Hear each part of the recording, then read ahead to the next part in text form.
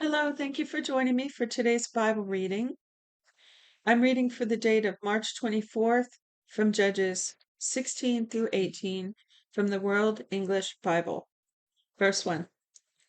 Samson went to Gaza and saw there a prostitute and went into her. The Gazites were told, "Samson is here." They surrounded him and laid wait for him all night in the gate of the city and were quiet all night, saying, "Wait until morning light, then we will kill him." Samson lay until midnight and arose at midnight and laid hold of the doors of the gate of the city and the two posts and plucked them up, bar and all, and put them on his shoulders and carried them up to the top of the mountain that is before Hebron. It came to pass afterward that he loved a woman in the valley of Sorek, whose name was Delilah. The lords of the Philistines came up to her and said to her, "Entice him, and see in which his great strength lies, and by what means we may prevail against him, that we may bind him to afflict him, and we will each give you 1,100 pieces of silver." Delilah said to Samson, "Please tell me where your great strength lies, and what you might be bound to afflict you." Samson said to her, "If they bind me with 7 green cords that were never dried, then I shall become weak and be as another man." Then the lords of the Philistines brought up to her 7 green cords which had not been dried, and she bound him with them. Now she had an ambush waiting in the inner room. She said to him, "The Philistines are on you, Samson." He broke the cords as a string of tow is broken when it touches the fire. So the strength was not known. Delilah said to Samson, "Behold, you have mocked me and told me lies. Now please tell me with which you might be bound." You'd think that he would have learned his lesson there, don't you? But, verse 11, he said to her, "If they only bind me with new ropes with which no work has been done, then I shall become weak and be as another man." So Delilah took new ropes and bound him therewith, and said to him, "The Philistines are on you, Samson." The ambush was waiting in the inner room. He broke them off his arms like a thread. Delilah said to Samson, "Until now you have mocked me and told me lies. Tell me with which you might be bound." He said to her, "If you weave the 7 locks of my head with the web, with the web." She fastened it with a pin and said to him, "The Philistines are on you, Samson." He awakened out of his sleep and plucked away the pin of the beam and the web. I wonder what that was. "If you weave the 7 locks of my head with the web." So she fastened it with a pin, and then he plucked away the pin of the beam and the web. Put in the comments if you know what that is. So it says, she said to him, "How can you say I love you when your heart is not with me? You have mocked me these 3 times and have not told me where your great strength lies." When she pressed him daily with her words and urged him, his soul was troubled to death. He told her all his heart and said to her, "No razor has ever come on my head, for I have been a Nazarite to God from my mother's womb. If I am shaved, then my strength will be gone from me, and I will become weak and be like any other man." When Delilah saw that he had told her his heart, she sent and called for the lords of the Philistines, saying, "Come up this once, for he has told me all his heart."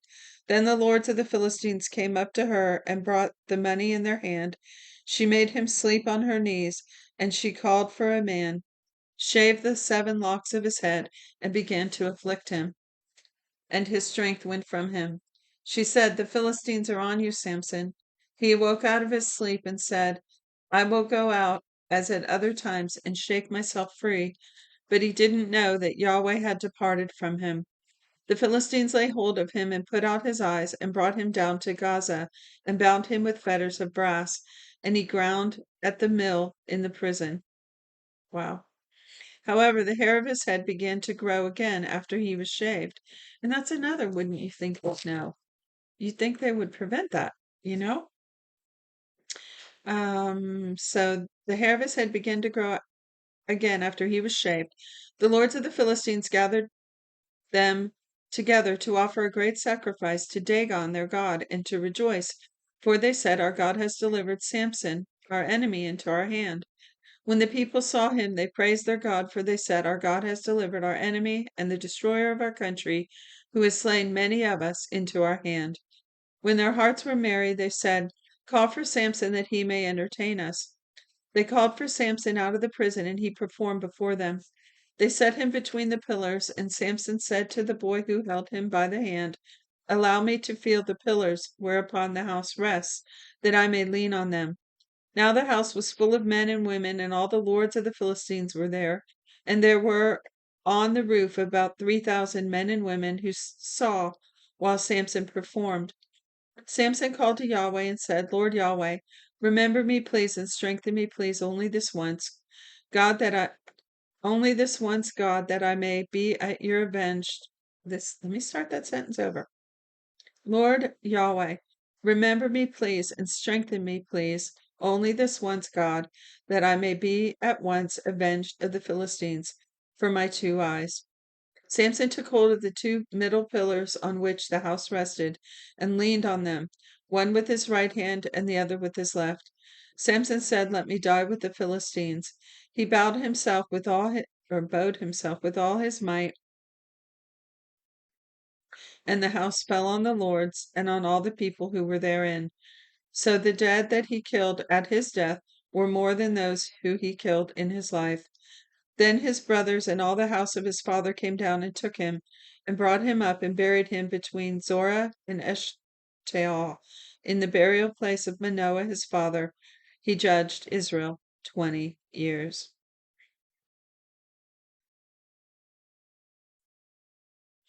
So interesting, because I learned from watching that Bible Project overview that these judges weren't actually judges as we think of them. They were military leaders, and probably more to it than that, but I just had never thought of that before.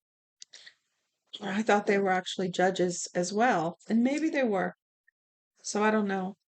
I don't know about that. Chapter 17. There was a man of the hill country of Ephraim whose name was Micah.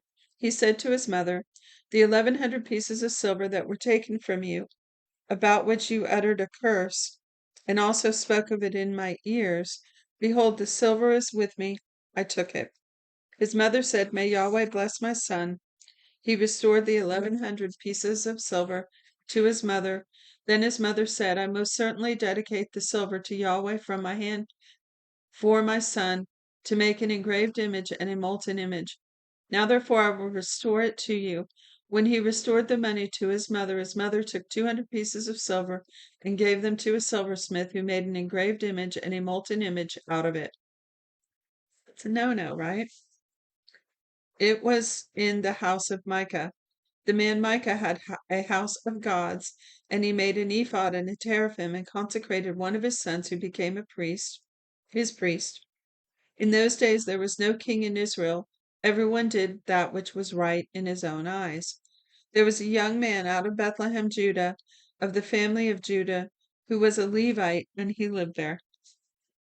The man departed out of the city, out of Bethlehem, Judah, to live where he could find a place, and he came to the hill country of Ephraim, to the house of Micah, as he traveled.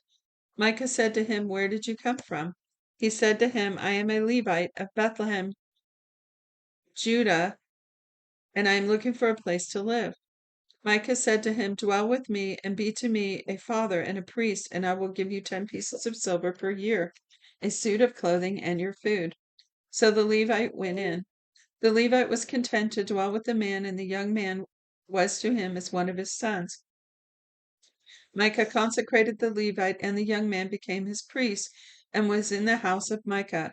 Then Micah said, "Now know I that Yahweh will do good to me, since I have a Levite as my priest." Chapter 18, verse 1. In those days there was no king in Israel. In those days the tribe of the Danites sought an inheritance to dwell in, for to that day their inheritance had not fallen to them among the tribes of Israel. The children of Dan sent 5 men of their family from their whole number, men of valor, from Zohor and from Eshtaol, to spy out the land and to search it. They said to them, "Go explore the land." They came to the hill country of Ephraim, to the house of Micah, and lodged there. When They were by the house of Micah. They knew the voice of the young man the Levite, so they turned aside there and said to him, "Who brought you here? What do you do in this place? What do you have here?" He said to them, "Thus and thus has Micah dealt with me, and he has hired me, and I have become his priest." They said to him, "Please ask counsel of God, that we may know whether our way, which we shall go, shall be prosperous." The priest said to them, "Go in peace. Your way in which you go is before Yahweh." Then the 5 men departed and came to Laish and saw the people who were there, how they lived in safety in the way of the Sidonians, quiet and secure, for there was no one in the land possessing authority that might put them to shame in anything, and they were far from the Sidonians and had no dealings with anyone else. They came to their brothers at Zorah and Eshtaol, and their brothers asked them, "What do you say?" They said, "Arise and let us go up against them, for we have seen the land, and behold, it is very good. Do you stand still? Don't be slothful to go and to enter in to possess the land. When you go, you will come to an unsuspecting people, and the land is large, for God has given them into your hand, a place where there is no lack of anything that is in the earth." The family of the Danites set out from Zorah and Eshtaol with 600 men armed with weapons of war. They went up and encamped at Kiriath Jearim in Judah. Therefore they called that place Mahane Dan to this day. Behold, it is behind Kiriath Jearim. They passed from there to the hill country of Ephraim and came to the house of Micah. Then the 5 men who went to spy out the country of Laish answered and said to their brothers, "Do you know that there is in these houses an ephod and a teraphim and an engraved image and a molten image? Now therefore consider what you have to do." They turned aside there and came to the house of the young Levite man, excuse me, even to the house of Micah, and asked him how he was doing. The 600 men armed with their weapons of war, who were of the children of Dan, stood by the entrance of the gate. The 5 men who went to spy out the land went up and came in there, and took the engraved image, the ephod, the teraphim, and the molten image, and the priest stood by the entrance of the gate with the 600 armed men with weapons of war. When these went into Micah's house and took the engraved image, the ephod, the teraphim, and the molten image, the priest said to them, "What are you doing?" They said to him, "Hold your peace, but put your hand on your mouth, and go with us, and be to us a father and a priest. It is better for you to be a priest of the house of one man." Now, is it better for you to be a priest to the house of one man, or to be a priest to a tribe and a family in Israel? The priest's heart was glad, and he took the ephod and the teraphim and the engraved image, and went with the people. So they turned and departed, and put the little ones, the livestock, and the goods before them.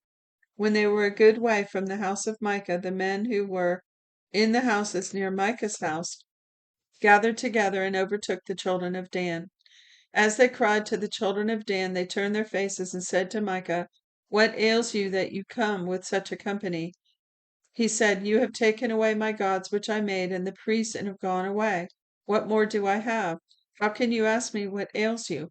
The children of Dan said to him, "Don't let your voice be heard among us, lest angry fellows fall on you, and you lose your life with the lives of your household." The children of Dan went their way, and when Micah saw that they were too strong for him, he turned and went back to his house. They took that which Micah had made, and the priest whom he had, and came to Laish, to a people quiet and unsuspecting, and struck them with the edge of the sword. Then they burned the city with fire. There was no deliverer, because it was far from Sidon, and they had no dealings with anyone else. It was in the valley that lies in Beth Rehob. They built the city and lived in it. They called the name of the city Dan, after the name of Dan their father, who was born to Israel. However, the name of the city used to be Laish.